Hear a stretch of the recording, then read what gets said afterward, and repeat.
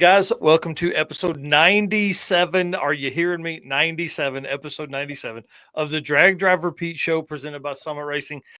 We have the guy that sold Cletus the El Camino that he took on sick week. So we're going to get some history of the El Camino. Mr. Eric, please hit that intro video and let's do this thing. All right, let's do it.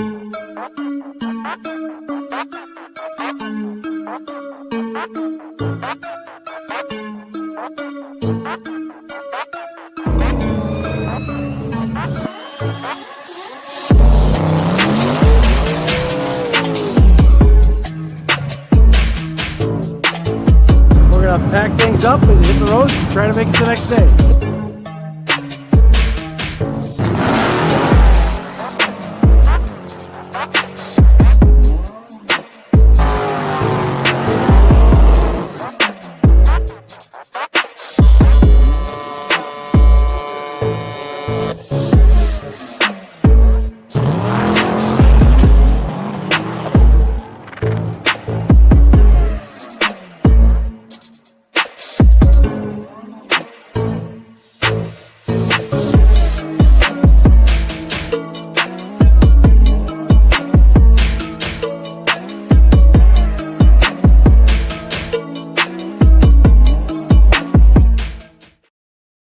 All right, guys. Well, like I said, welcome to episode 97 of the Drag Drive Repeat show presented by Summit Racing.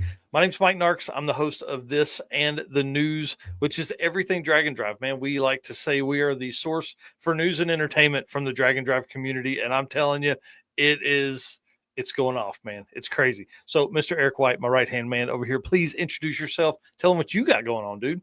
I am Eric White, co-host of both the show and the news. Right-hand man, everything Drag Drive Repeat. I got my hand in a little bit of everything with artwork and video intros and all that fun stuff. The circuit, doing artwork for that, as well as other events in the community.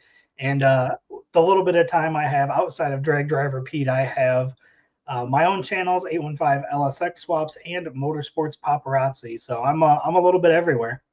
Dude, all over the place and a busy guy. And I mean, like you like me, you have a family and you have a job. I don't have a job. That's all I do, man, right here. So yeah, I have a job, but you've seen some videos of some stuff I was playing with at work lately, and that was a lot of fun. Please tell me you're going to post that on Motorsports Paparazzi. Yep, it'll get posted at some point. Cool. I dig it. Well, you can't give that stuff away because we don't want everybody to see it. Well, guys, listen, hit the share button as we get into this, please. We want to start the show, obviously, thanking our race car friends. Yes, we can't do this without y'all. I don't know if you know that or not. I kind of love you guys. Eric loves you guys. You're what keeps this thing going. So do us a favor, hit the share button. But y'all listen, it was so awesome to see everybody at Sick Week. See a lot of friends at the U.S. Street Nats too, man. It was crazy to be down there and have all that much fun. And then thank you so much to our sponsors. We're going to be making an announcement here momentarily. But for folks that are watching this on YouTube, you're seeing the new sponsor on the screen right there. I'm not going to say it in this round. We'll say it in the rounds after this, but Summit Racing, Molly Motorsports, Driven Racing Oil. Deech Works is on board now. I'm so excited about that. Howard's Cams, J-Wire Solutions, WAF Racing, Performer Built Transmissions, Car Change 3D, Power Tube TV, Sweet Patina, and Racing Junk Classified. Y'all, if you are looking for car stuff, please go search these folks, see if there's something they offer to you as for your product, for your car as well. So thank you to all of our sponsors. Thank you to all of our race car friends. And Summit being the title sponsor of our Drag Drive Repeat news and show and awards. Summit Racing Speed Legacy began in 1968 as a one-man startup and is now the world's speed shop with 4 facilities and 200 plus catalog editions. They feel your passion, they save you money, deliver fast, and offer top-notch customer service for more than 1,500 brands. Make sure to download the Summit Racing mobile app for easy access to speed parts. Find them on Facebook, YouTube, TikTok, and Instagram. And if you like podcasts like this one here, they have their own, which is On All Cylinders. You can find more automotive discussions over there as well. From humble origins to the social media lane, Summit Racing stands by your need for speed. You can find everything on the app or on summitracing.com. Appreciate those guys. Have had some great conversations with Tommy and Jim the last couple of days, man. I'm so excited about this upcoming year. It's going to absolutely be crazy. Summit made a post, and I think they're right, dude. I watched not even one second of the Super Bowl, but I saw this, and the only reason I saw it was because my Facebook absolutely exploded. What the heck, man? Why is everybody losing their mind over? I mean, I get it. It's supposed to be a GNX, but dude, you can clearly see underneath they like box it. So it has to be empty. Yeah. Yeah. My favorite post though was I think Jeremy Ortiz shared it, and it was all the car guys saying they're not watching the Super Bowl yet. This picture shows up all over Facebook. Yeah. Everybody making fun of like, oh yeah, I didn't watch a minute of it. Yep. Right here. They saw this, didn't they? Yep. Yeah, I see everybody in here making comments. Thank you guys very much. Appreciate that. And just a reminder, while you're looking on summitracing.com or on the mobile app, just type in Drag Drive Repeat. You can grab you a t-shirt or a hoodie or the big brim hat that saved my neck from getting cooked while I was down at Sick Week. It's now in the top of my closet, just waiting on the next trip, man. You bet. Coming up. All right, let's talk about some Drag Drive Repeat updates. If you want to go over this is kind of a big deal. Yeah, so we've been talking about we keep inching closer and closer to hitting that 10,000 followers, subscribers, whatever you want to call it, across all of our platforms. 100,000. Sorry, yeah. We're almost to 100,000. Yep. But we are only 330 away from reaching 10,000 on YouTube. So that number there would put us over the 100,000 total. So yeah, pretty impressive. 10,000 is a huge feat on YouTube. And 100,000 total, it would be incredible as well. Yeah, I think I'm gonna need to start breaking out the leggings and actually working on a car. That may help too. Right. Doing some driving instead of talking about it all the time. So close. 90. I just checked 9670 exactly. So 330 away, man. It's a big deal. Yeah. So if anybody's watching, share this with your friends. So yeah, invite them to our Drag and Drive community. Yeah, that's for sure. Well, y'all listen, I'm really excited about this. This is a big deal because as we build out the sponsors and all of the community that comes along with us showing you guys and talking about the Drag and Drive community, it comes down to how the sponsors can help interact with the community, how we help them introduce to more people, but then also, how they can help us understand a lot more. So, we've learned a ton from Eric Grillio at Molly Motorsports. We've learned a bunch. I mean, Ryan at Performabuilt tore down a transmission right here live on one of the shows, which is great. Same thing for Luke B at Howard's Cams. I mean, a lot of those people, Jay Wired, Jay Blanchard's been on a bunch talking about that. And so to have DeechWorks on as our official fuel delivery sponsor of Drag Drive Repeat, this is a big deal because now we can it gives us an in to ask those questions where instead of just, okay, everybody's adding another, 255 pump on, now we can find out, well, hey, maybe there's like a brushless 535 that would be better, or, an 810 in tank pump that would service a lot more than what we're having to kind of stitch together a bunch of different pumps. So this is going to be an opportunity for us to really learn a lot more. And, during the summer months, like when Mega Week is, fuel starvation or, hot fuel is a big problem, especially for guys with really big fuel pumps. And so maybe we can kind of get some ideas from DeechWorks as we lead into these events that are coming up that are going to be taxing on fuel systems. Yeah, this is going to be super exciting. Yeah. Again, we met with them at PRI. Super cool folks. Excited to have them on board, and for myself, building a Drag and Drive car, learning more about fuel delivery and what I need to build to reach the horsepower numbers I'm looking for. So, yeah. And obviously, Eric's talking about the twin turbo LS Mustang. We've been down this route, man. I'm really excited. Going to go do some 10.0 racing and then make our way towards 850 stuff. So DeechWorks is a leading manufacturer of high performance fuel system components. The DW product line includes fuel injectors, fuel pumps, pump modules, fuel rails, regulators, filters, lines, and fittings, plus surge tanks, engineered to support power levels ranging from 400 to 2200 horsepower, which should cover 98% of the drag and drive community. Since its founding, DeechWorks has been committed to delivering quality, innovation, and precision to the automotive performance industry. Every product is built to maximize reliability and efficiency. I think that's important in drag and drive, right? Ensuring optimal fueling solutions for racers, tuners, and performance enthusiasts worldwide. With a focus on engineering excellence and industry-leading customer support, DeechWorks continues to drive the future of high-performance fueling. This is a big deal. And you guys see in the bottom corner there, they are also offering a 10% discount as a way to say thank you to the community for being so awesome. And then also to kind of kick off our partnership together. So DDR10 for all the podcast listeners, if you're not watching this on YouTube or Facebook Live. So again, really excited about this. This is a big deal for us. It also is a big deal for you guys because, again, gives us a line right into fuel delivery and all that kind of stuff that I said a while ago. You got it. Excited to have them on board. Thank you, DeechWorks. We have the guy that sold Cletus the El Camino that he took on sick week. So we're going to get some history of the El Camino. Hey guys, it's Jesse here with 3G Video. I'm out here for day 5 of Sick Week. We got a ton of cars running the lanes. We have a huge crowd that's come out to watch everybody get down. It's not normal for drag and drive, and it's awesome to see that start to become a thing. We need more people in this sport hanging out, watching, and enjoying it because these drivers deserve it, and they really enjoy having the audience out here. So, it's been a great day. We're looking forward to some good racing. Let's get to it.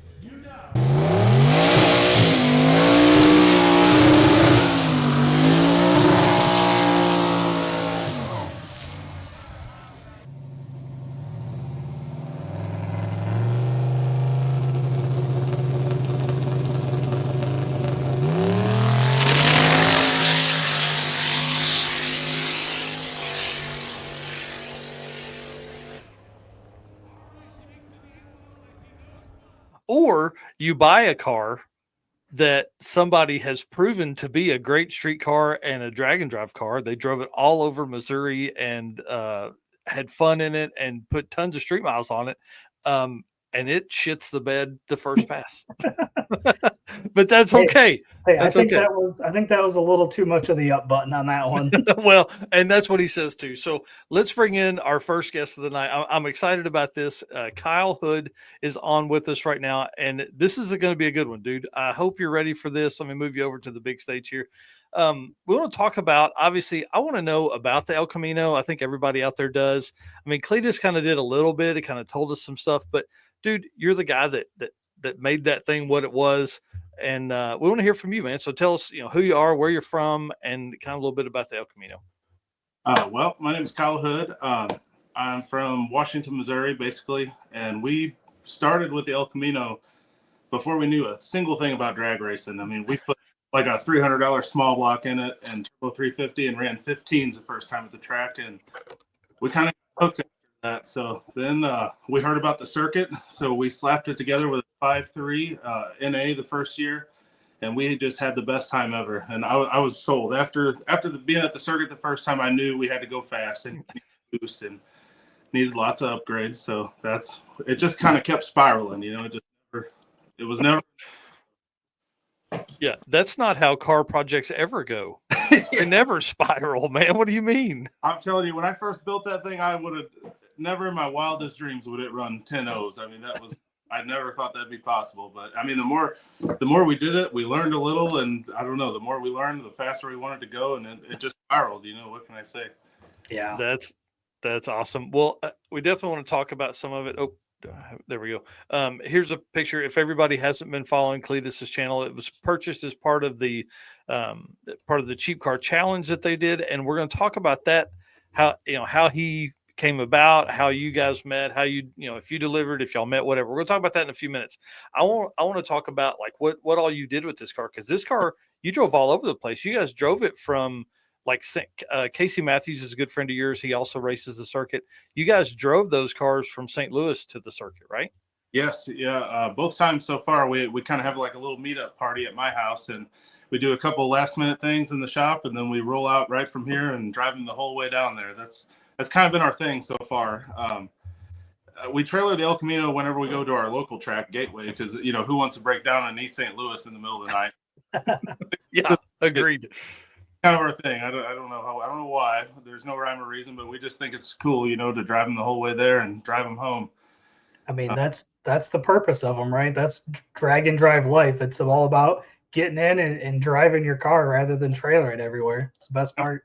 Yeah, the El Camino's done a lot of cool things. I mean, it's been basically about every track in Missouri except for the new one. It's been on the streets. It's been all around town at all hours of the nights. I mean, we try to use that car for everything. I mean, once we just had so much fun with it. It was great. That's awesome. Well, I'm going through some of the pictures here. Looks like Import Face Off. Is that? Yeah, that's it. That's at Gateway or Worldwide Technology now, and obviously the circuit. And then this looks like some street action. Am I crazy here? No, that's definitely some Mexico action, some local to us. I was so excited that day. I finally got invited, and I didn't think I'd be nearly fast enough to hang. And we ended up going to the finals that day, and that was the most fun days of racing we ever had. It was 100 degrees that day, and I was hot lapping the thing just over and over and over. We don't have any fans or anything, and I mean the third or fourth pass, I just didn't even look at the tranny temperature anymore. Like, if it survives, it survives. Yeah, right. I mean, I was having too much fun I couldn't opt out after that. But went to the finals, ended up losing in the finals, and I got my buy-in money back anyway. Nice. Well, hey, I mean, dude, that's the way it's supposed to go. And then is this in the El Camino as well? Yeah, that's the whole family. Actually, minus one kid. One kid was missing there, but yeah, I don't know what we were doing that day, but actually I do. It was a dinosaur cruise, a little deal in Marthasville here. So we went and we laid down the biggest burnout of that entire event. So that was a great day. That's awesome. Yeah. I'm sure that car with the turbo setup probably did big gnarly burnouts. It did. Yeah, it would.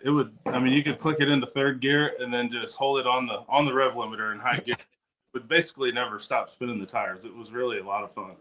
That's awesome. So, why that car? Where did it come from, man? Well, that's a good question. That car came. So when I first decided I wanted to go drag racing, I basically didn't have any money at all. And I still don't really. I'm poor, but I found it on Marketplace locally for $250. And I went and looked at it, and I know it was rough and it's beat up and it's rusty, but the frame was good. The body mounts are good. It was solid enough where it counted, Mm-hmm. Basically, I looked at it as an engine stand, for just me to learn and try stuff and tune and whatever. And like I said, it spiraled, obviously. But, yeah, there really wasn't a whole lot of thought there. It was just something affordable that I could get my hands on. And, yeah, we just kept running it, kept upgrading. So what was the combo in it? I guess, have you, transmission, and then, what upgrades you made from there? Well, the first combination was a Smog era, like 882 headed small block Chevy with a turbo 350 that we had built, and it was terrible. It was enough to turn us on to drag racing, but it was very slow. We finally got it to go 14s, was the best there. So then I actually traded a motorhome big block for the 5.3 that was in it. And we raced at NA for a season, and we finally got it into the 12s with that setup, and we had a lot of fun. That was when we really got hooked on the drag racing. And I watched, all the sloppy mechanics videos and the Clear stuff and everything else, and I knew that boost. And so yeah, I made my own turbo kit, and it ran really hard. It went 10s, and we had a ton of fun. And then it ended up cracking, and that was actually right before the circuit. I made a whole new hot side and just did a ton of things to the car, and then ended up running the personal best on the circuit, actually. Nice. Yeah, it was great. We went 10:29 and then drove it home, and no one ever kicked us out for running too fast for having a roll bar. We just couldn't turn the time slip since, we kind of like a testing tune. Yeah. 20s all week, or turn it down and work on your front half and then just, coast out the back. Yeah. The very first pass I made actually at last year's circuit was extremely embarrassing because it never totally annihilated the tires, and it did. I mean, that was for the first time it spun the tire so hard I was all over the place, and the guy in the live stream was making fun of me, and it was really. But we kind of got it together after that. Started going faster. That's awesome. Yeah, this car, I mean, I'm telling you, it is one of my favorites of the event. The story of you and Casey driving from St. Louis, I mean, there's so much fun there. You know what I mean? Like, we have had more than you could shake a stick at. I mean, the road most of the fun, honestly. It's just the best. That's Yeah, awesome. that's So super cool. yeah. So what was the fastest ET you had ran in the car? So the fastest ET I did was that actually the night of that picture where it was at the import face-off. It went 10.001 at 108.9. All I wanted to run nines, and I wanted to do 140, and everything just got so close, but just wasn't quite enough. So I kept making passes, and it went a little bit better each time. It was cooling off, and I was basically out of fuel pump. I knew that. I mean, I kept looking at the data logs, and it was done. Fuel pressure was dipping, and duty cycle was going crazy, trying to compensate. And so I was trying to turn it up in the tiniest little ways possible, like a half a degree of timing, 1 degree of timing, and anyway, it finally went 10.001, and I put like 1 more degree in it, and then I lined up to make another pass, and the same thing you guys saw on YouTube happened to Cletus, happened to me that night. Wastegate pipe locked, and it torched the flex sensor, and when that happened, it leaned and then popped really hard, let out a huge fireball, and blew the head gaskets and all that fun stuff. And that was actually the last pass that I made in the car, so it sat broken until the whole Cletus thing came up. When was that last pass then? What's that? When was that last pass? The last pass, shoot, it had to be like October of last year, I guess. Okay. Wow. Yeah, it was sitting broken for a while. I got so many other things to work on. It kind of just got pushed off to the side. I bought a lot of cool parts for it. I bought a Force Performance S485 and more fuel pump and all the things. I was planning to go a lot faster. I had no intention of selling the car. So Yeah. Well, let's do this Molly ad read, and then we're going to talk about how that whole thing came about, because I want to hear like how that happened, how the sale to Cletus happened, where did that even come from, and then how it felt sitting at home watching that car make passes. So we're going to talk about that in just a second. okay. All right, Mr. Eric, you want to do the ad read? Yes, sir. All right, Molly Motorsports. Attention high performance enthusiasts and racers.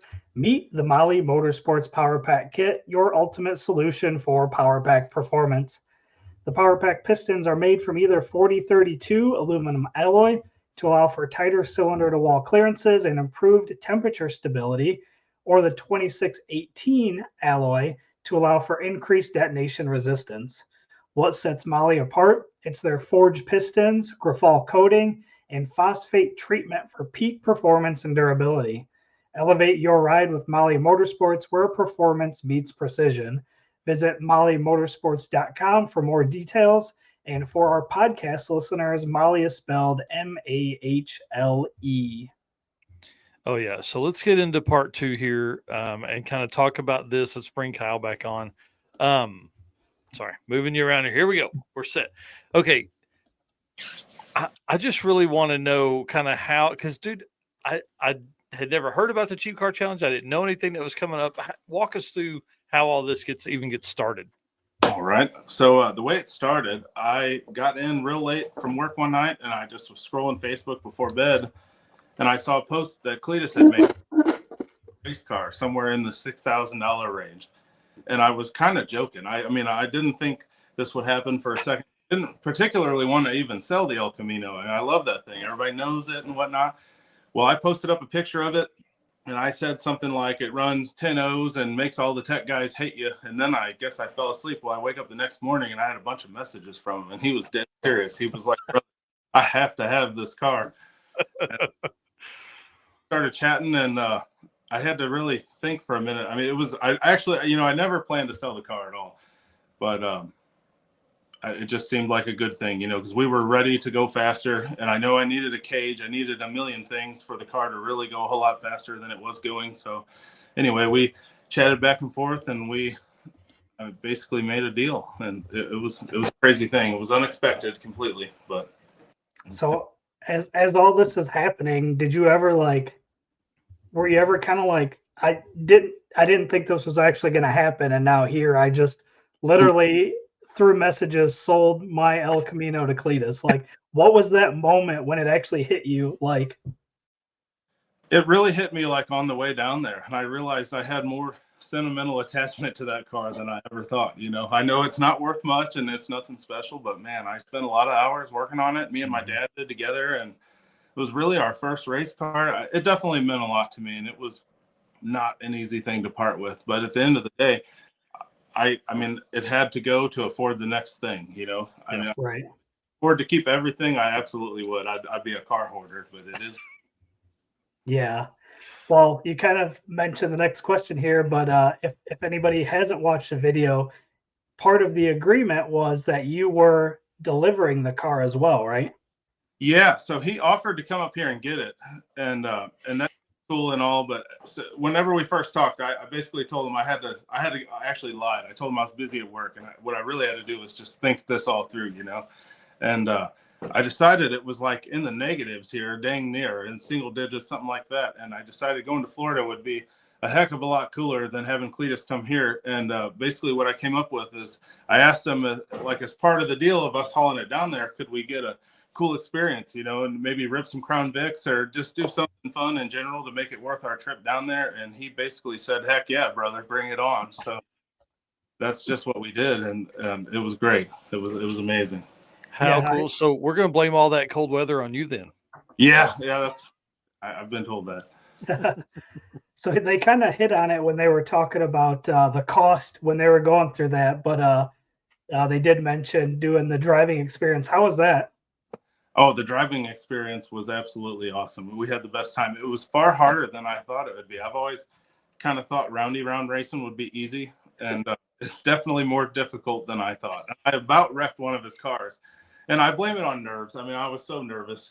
I like to think I can drive, but I got really, really sideways chasing Garrett down, and it was super scary. I was Jimmy Dale and grabbing the wheel, going crazy, and I was so relieved when it finally settled down because the last thing I wanted to do was hit the wall and trash one of his cars, you know.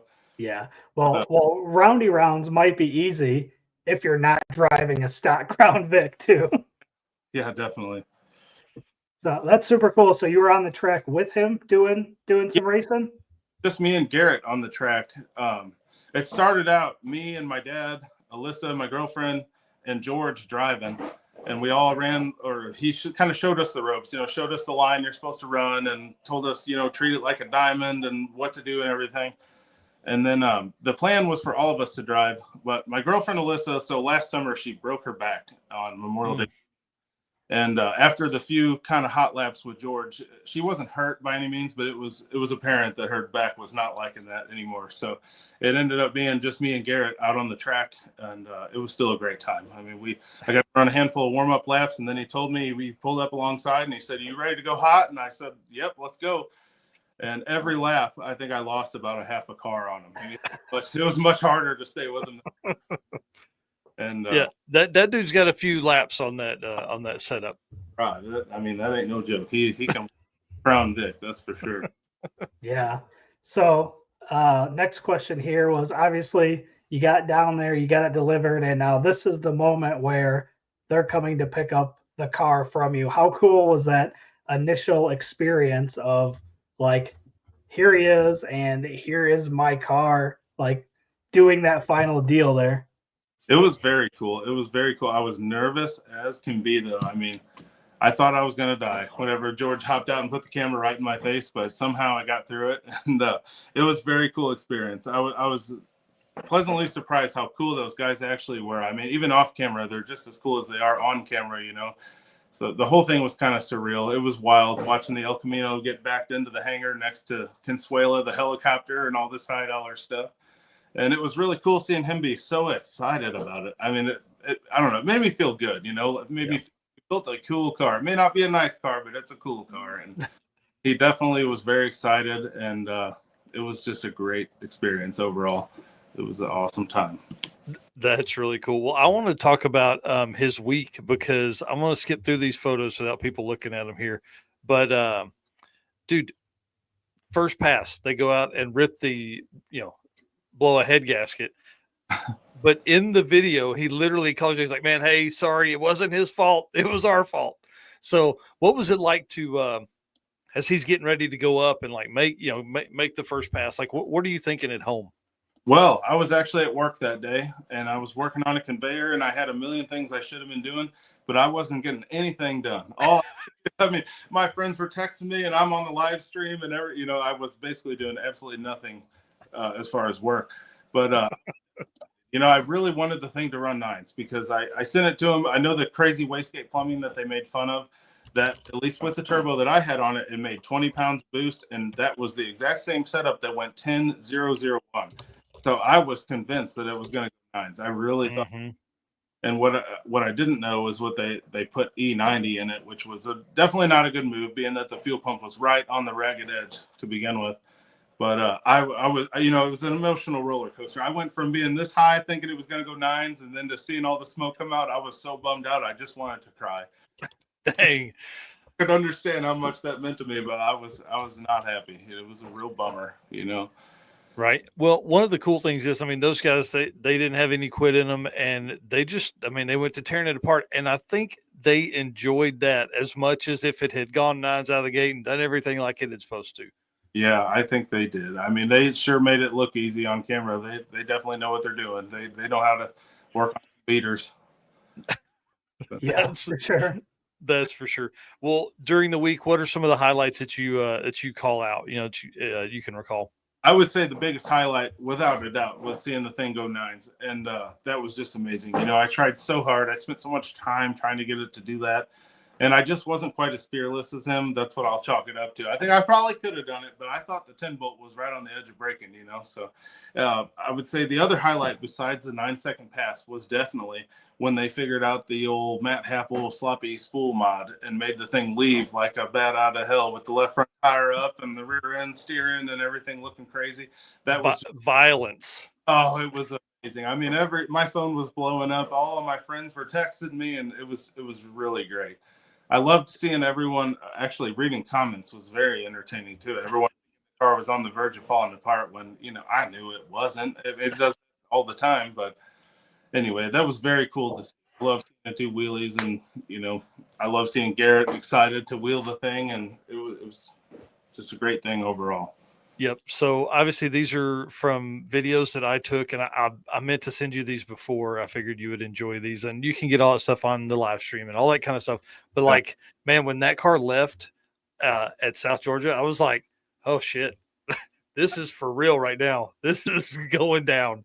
It definitely does some crazy stuff, but, you know, I think it's easier to drive than it looks, really. I mean, I've been told that by a lot of people that are like, you know, it looks like the rear end's trying to run out from underneath it, but I mean, maybe it is, but it does the same thing every time, you know, a little this way, that way, and then it straightens out and you're just driving a car, you know. Yep. Yeah, that's what it was. It did a huge burnout. The crowd was really fun on day 5 because, I mean, obviously by this point, everybody's hyped up. It's, you know, it's got the notoriety of the week. It's made it. We're at day 5. And so in the video that I took, I got a little bit of the crowd just going wild when he did this burnout out to probably, I don't know, 100 foot from the burnout box. That's wild. You know, I actually cringed a little bit when I heard him just hold the thing on the rev limiter in the burnout. I would have to it, but, you know, it is what. Well, that was one of our questions. You know, what's something that made you cringe during the week? Oh man, what made me cringe?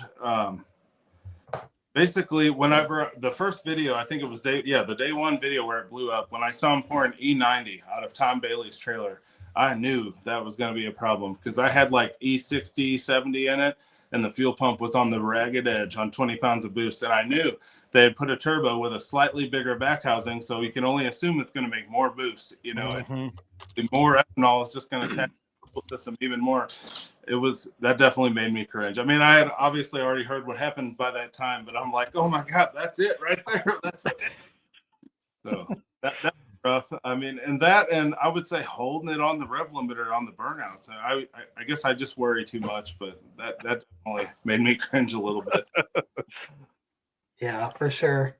One thing I was curious, when was it that you took it to him? How close was it to Sick Week? I'm trying to remember what day that was. I think we actually did the deal on January 24th. It was while the U.S. Street Nationals were going on. That whole kind of a blur to me at this point. I couldn't tell you the exact day, but it was definitely the 24th because we met him the day before, which was my birthday. And, that was kind of cool. So. Nice. So with that, how hard was it to not tell everybody that you were selling the car to him until the video series came out, because I actually remember seeing you comment on that post about having the El Camino for sale. I remember seeing that as I was scrolling through his post. Yeah, it was definitely tough not to tell everyone, especially once we really talked and it was like a for sure thing. It was really difficult to keep my mouth shut. There's no doubt about that. And it Yeah, was, I can imagine. yeah, it was also difficult to keep my mouth shut about the sale price and some other things. I can't get into it's top secret, but you know, you can extrapolate that. Right. And then how has your social media changed now since, you know, everybody has kind of started to connect the dots that you were the previous owner of the car, now that everybody knows? That's a really fun question. So my girlfriend Alyssa has been telling me we need to film and we need to do all this and that's just that couldn't be further from what I do, you know.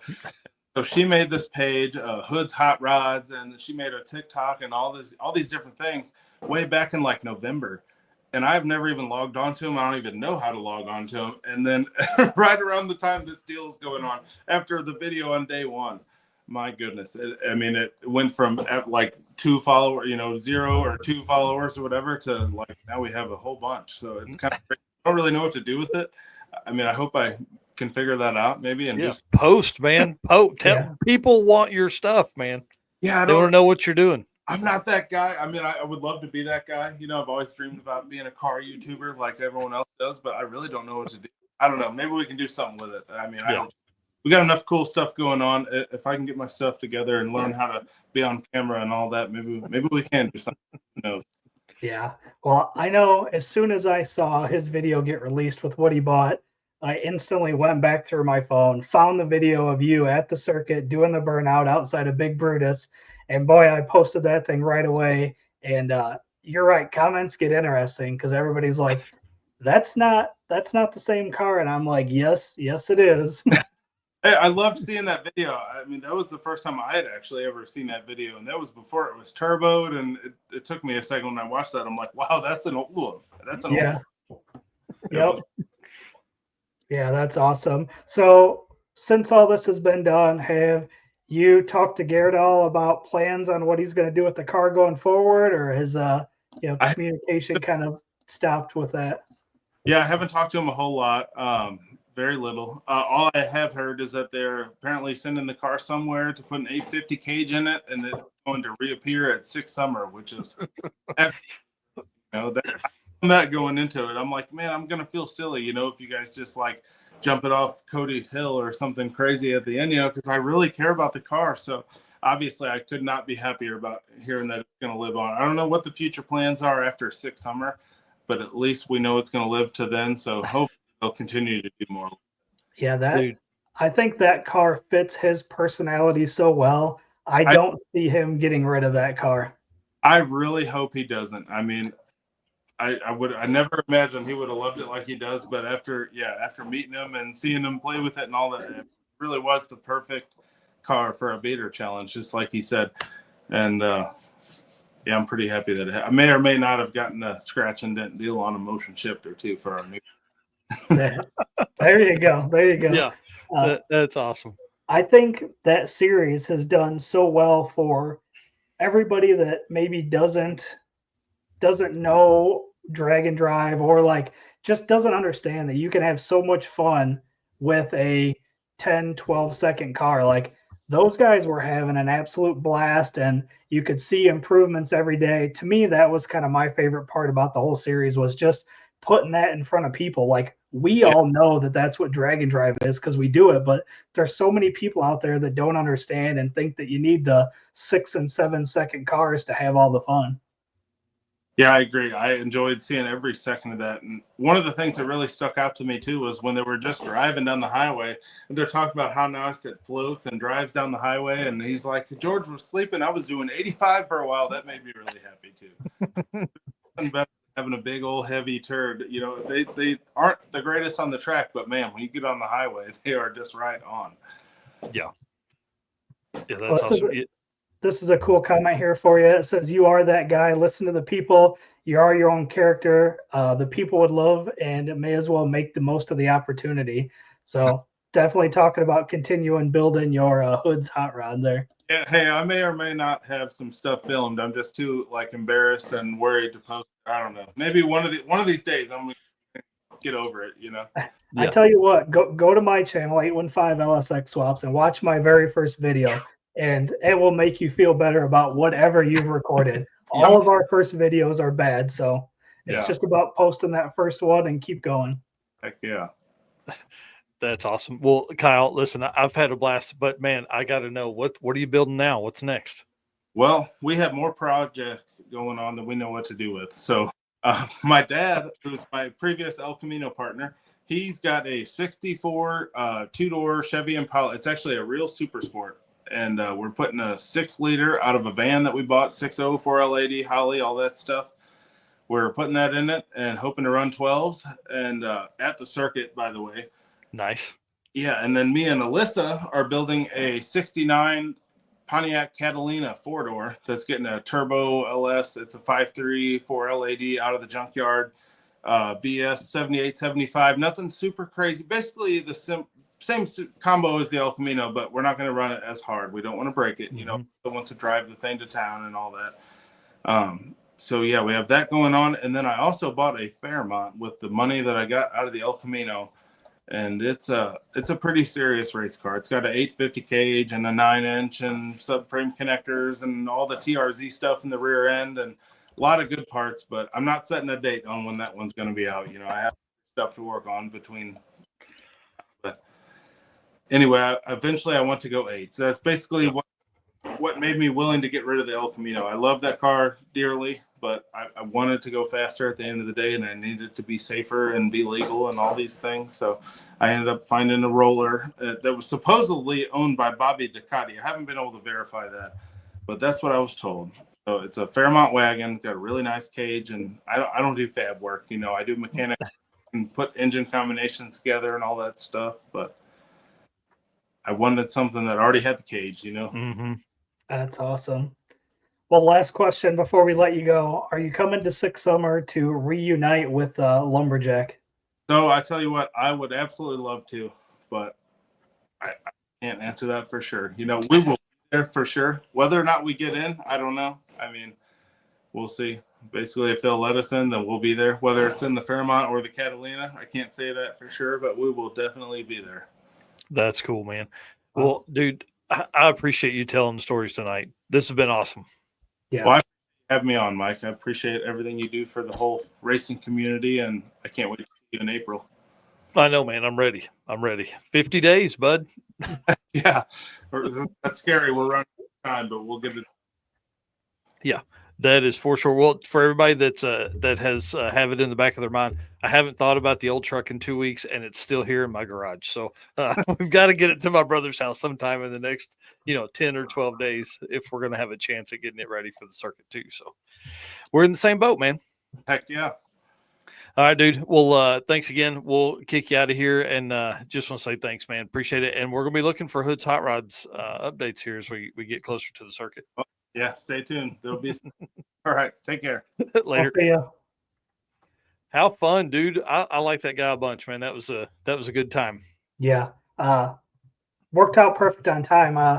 I'm back here while Mike's talking. I'm throwing in notes, and a bunch more questions popped into my head. So Yeah, that was great, man. I appreciate Kyle coming on. I know before that he had said he was a little anxious to jump here on the screen and tell that story, or even be on screen, and I think that's how it goes for a lot of folks. So hopefully between the Cletus action and this, maybe he'll dive off into some stuff, man. It's always good when we can see hot rods being built, man, and average people building hot rods, and it doesn't take, big shops to do that kind of stuff and big money. I mean, obviously that car fit within the $7,500 challenge, and they went 9s. So that's pretty awesome. I did see something Tom Bailey posted up. I think they went 10s in the new Camaro, or maybe 9s in the new Camaro with a bunch of nitrous. So, who knows, man, we may be looking at a whole new renaissance of cheap cars. So. Yeah. And nothing about those cars was out of reach for anybody watching this show. No. Everything that they've done is things that we all can do. So, Yep. Yeah, it's been pretty cool to watch that. Well, if you will get us some, do our thanks and the gentleman's agreement, I'll get the Instagram thing reset. All right.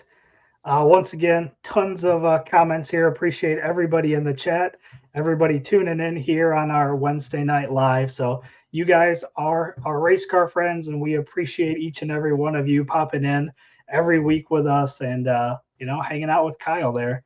And again, thanks to our sponsors, Summit Racing, new sponsor, Deechworks, Molly Motorsports, Driven Racing Oil, Howard's Cam, J-Wire Solutions, WAF Racing, Performabuilt Transmissions, Car Chains 3D, Power Tube TV, Sweet Patina, and of course, Racing Junk. And we talk about it every week. This is our gentleman's agreement. Again, we are closing in on 10,000 subscribers on YouTube. It's not a ton, but for us, that's a big milestone. So we're excited. Gentleman's agreement. If you're enjoying the live stream, hit that like button, follow, subscribe, whatever platform you're watching it on.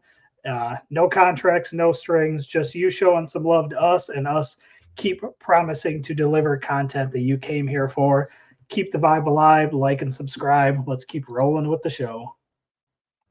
Let's do it. And let's move into the PowerTube TV. Sorry. Big shout out to PowerTube. They're hosting PowerFest in June.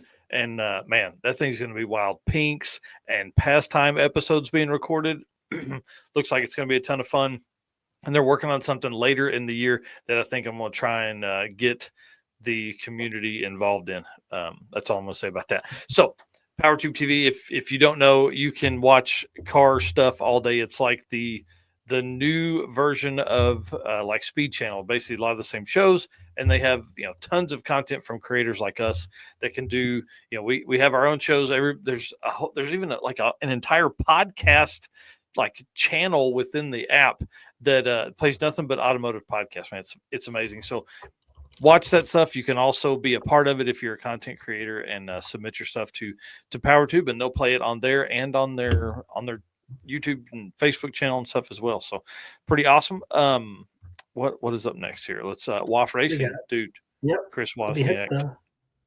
Let me hit that video and then we'll keep going. Have you ever wished you could fit your toolbox in the palm of your hand, or really needed that extra set of hands while making a jet change at the track? At WAF Racing, we specialize in designing and manufacturing top-tier automotive tools that are made strong to withstand travel, yet lightweight not to slow you down. Tested in-house and at the track by the team at WAF Racing, every part is made by racers for racers. From compact toolkits, carburetor top hats, or spark plug storage containers, our tools are precision engineered and manufactured in the USA. Made of the strongest materials, every piece strikes the perfect balance of durability and dependability. Maybe you need something custom just for you. We do that too. You need WAF Racing in the passenger seat for your next drag racing event. Head over to wafracing.com today to take your racing experience to the next level. WAF Racing. Design, build, race.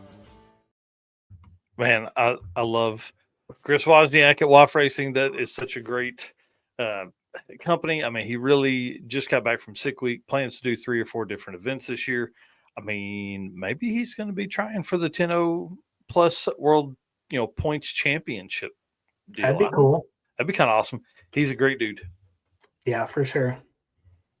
All right. So, obviously some of the new parts that they have, this is a big deal because he is always working on things to, make products better. So during sick week, which is the picture you see on your left, this is a spark plug holder that he developed months ago. They used it through, I think he had a bunch of them at PRI, and they used it at an event. Maybe it was 666. Yeah. And tested them out, made sure they were good. And then came to PRI with a bunch and then went back home and kept messing with it. And so now he has, it's less expensive, which is awesome because it uses less material. It is lighter weight, which is better as well. And it's cheaper. So how cool is that? Yeah. There's not too many companies out there that are going to reduce the price on a product. So yeah, I love it. And so if you haven't done it yet, WAF Racing is a great that you can see in the picture on the right. They've got carburetor stands. They've got carburetor covers. I guess I don't know what you call it, like a carburetor hat that would it's good for your jets. It's good for your tools, which is actually what's right in front of that, is they've got an entire carburetor toolkit, which is what started all of this. He had several different like fishing tackle boxes that he carried all of this stuff in, and he basically made his own setup that's about the size of, it's thicker than a big cell phone, but it's about the footprint of a cell phone. So shooting for the 10s. Come on. Yep. I really thought we may see a 1099 by the end of the week, but he just couldn't quite get there. Ran 1140s, 1150s all week. And he's got a race with Mike Turner coming up. And so he's going to have to maybe put the bottle on the Charger, Duster, whatever it is. I don't know what it is. Challenger thing. Mopar. It's a Mopar. Yeah. Small block, streetcar stuff. So it's pretty fun. Well, take us out of here, man. Yep. So again, thank you everybody, all of our race car friends. It's been a great night tonight. Tons of comments, all kinds of people watching the show. You guys keep us going when we have long days of editing. Just when life in general gets us down, all I got to do is pick up my phone and look on social media, and I'll see a comment or anything from race car friends. Definitely just keeps me motivated. It's kind of one of those things where this feels like our purpose, and you guys give us that purpose. So again, appreciate all of our race car friends. And again, we can't do this without all of our sponsors. Summit Racing, our brand new sponsor, Deechworks. We appreciate them coming on board. Molly Motorsports, Driven Racing Oil, Howard's Cams, J-Wire Solutions, WAF Racing, Performabuilt Transmission, Car Change 3D, Power Tube TV, Sweet Patina, and Racing Junk. All right, guys. We'll see you soon. See you guys. Sweet. Like this show? Want more? Then head to WatchPTTV.com, the new 100% free PowerTube TV streaming network. Home of the best classic and new motorsports racing and build shows on the web.